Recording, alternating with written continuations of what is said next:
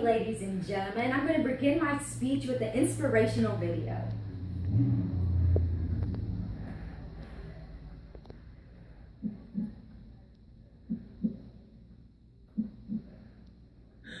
So happy. I'm waiting so long. I know. I can breathe again and talk.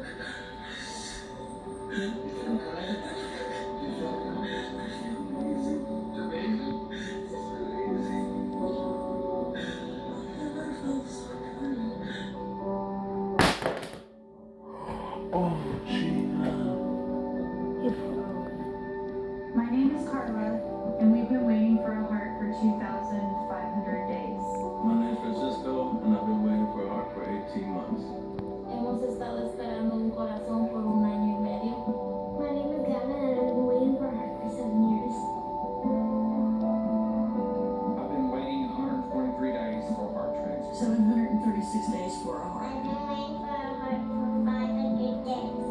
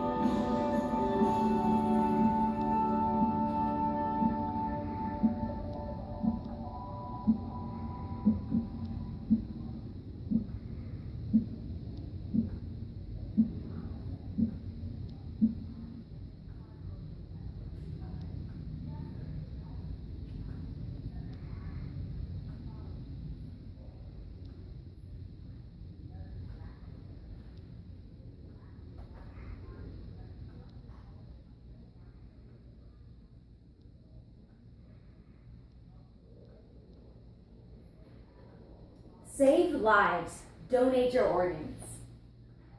Okay, so first I'm going to go over the statistics. About 114 men, women, and children are in need of transplants each year, and they're on the waiting list. And as you can see, the statistics right here is very current as of April 2018. Every 10 minutes, another person is added to the waiting list who needs a transplant. And if you also look at the statistics down here, about 95% of Americans agree that organ donation is a good thing, but only 54 people actually end up donating their organs. And this isn't on the chart, but actually only 3 in 1,000 people die in a way where you can even donate your organs, which is even more important why you should donate them. And this information was given to you about organdonation.org. Next, I'm going to get into a little bit more in depth with numbers. Okay, so you look at this chart right here. The green is the number of donors, the blue is the number of transplants, and the pink, this big pink section right here, is the waiting list. The number of people who are waiting to get organs. And I don't know if you guys can see the number, but down here at the green where we have the donors, it's 16,000, and the number of transplant is 34,000. So that means it's almost double. You can save so many more lives with just yourself, which is even more reason why you should donate your organs. Next, I'm going to get into a couple of the common myths that people have when you're wanting to donate your organs. First myth, I have a medical condition, which means I can't donate your organs. That's not true. Anyone, regardless if their age or medical history, can donate their organs. Another myth is that I'm too old to donate my organs. That's not true. The oldest person known to donate their organs is 93 years old, so you definitely can still donate your organs in old age.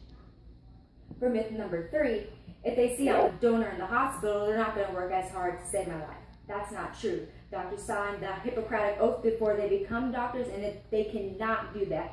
Your life at that moment is their priority, and then if you decide to donate your organs after that, then that's what the next course that they'll try to do.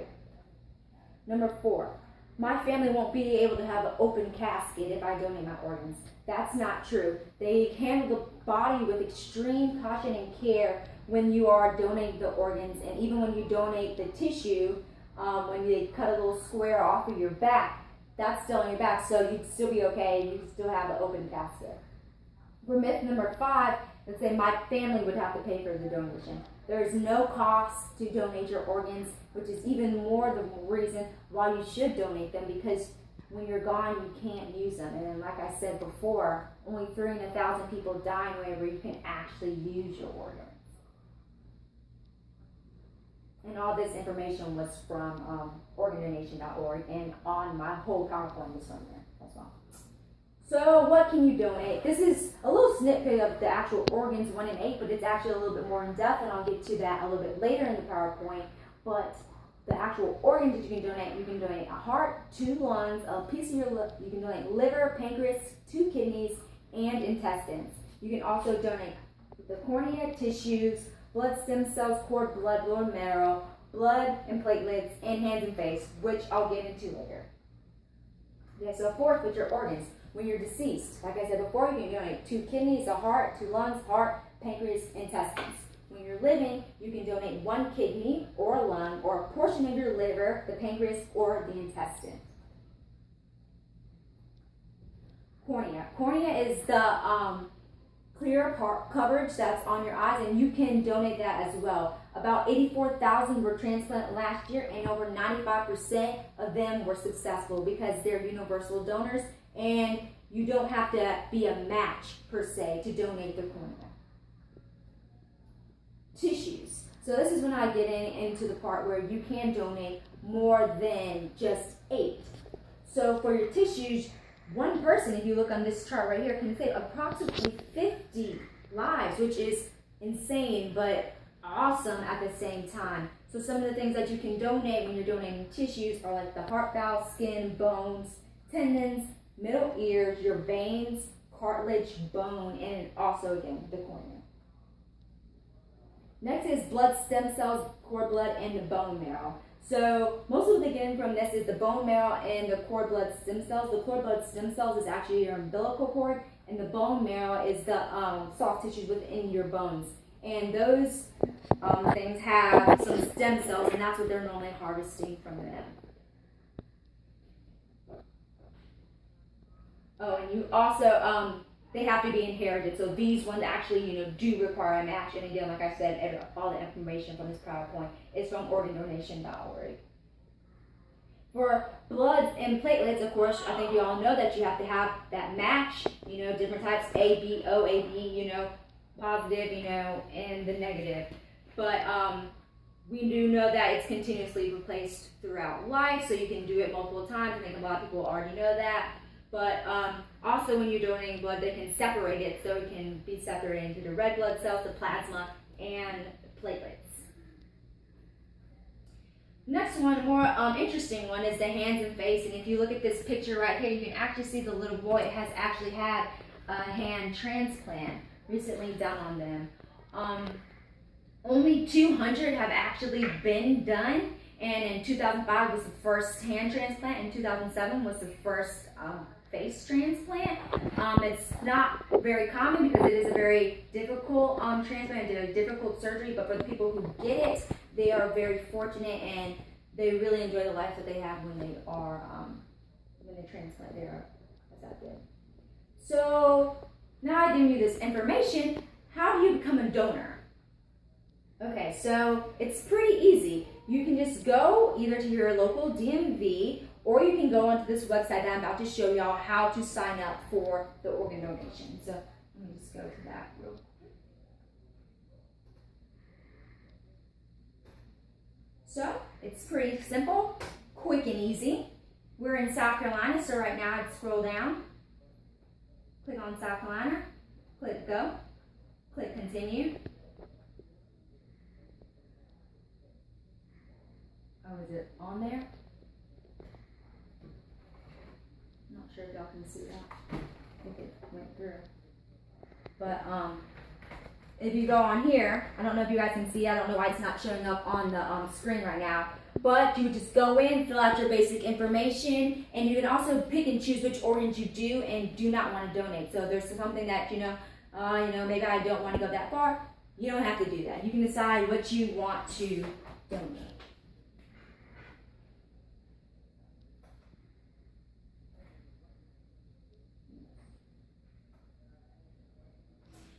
Okay. And most importantly, when you donate these things, make sure you tell people that you're on the list so that they can honor your wishes. So my challenge to you guys, I challenge everyone to sign up for organ donation. 95% of people believe that organ donation is a good thing, but only half of them actually end up signing up to be an organ donor. It's quick, it's easy, and most importantly, guys, remember, when you're gone, you're not going to use these things. You can't use your organs after you're gone. So make sure you sign up and donate those organs. And like I said before, only 3 in 1,000 people. So it's really rare. It's really a blessing if you're able to share this gift with somebody, and you should. And for a conclusion, I'm just going to end with a short poem. We are strangers, now family, forever joined, not by choice, but joined by need, and joined by pain. Different lives, but a common voice, a cry for love, a cry for life, so hope will live eternally. Born of sadness and irony, life will never be the same, not for you and not for me.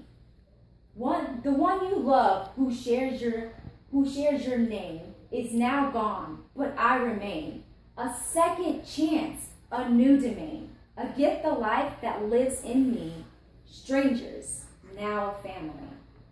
Now, know that I am grateful for the life that you have given to me. May my life give you light wherever you may be. And may my life bring comfort from the pain that hurts you so. We are strangers, now a family.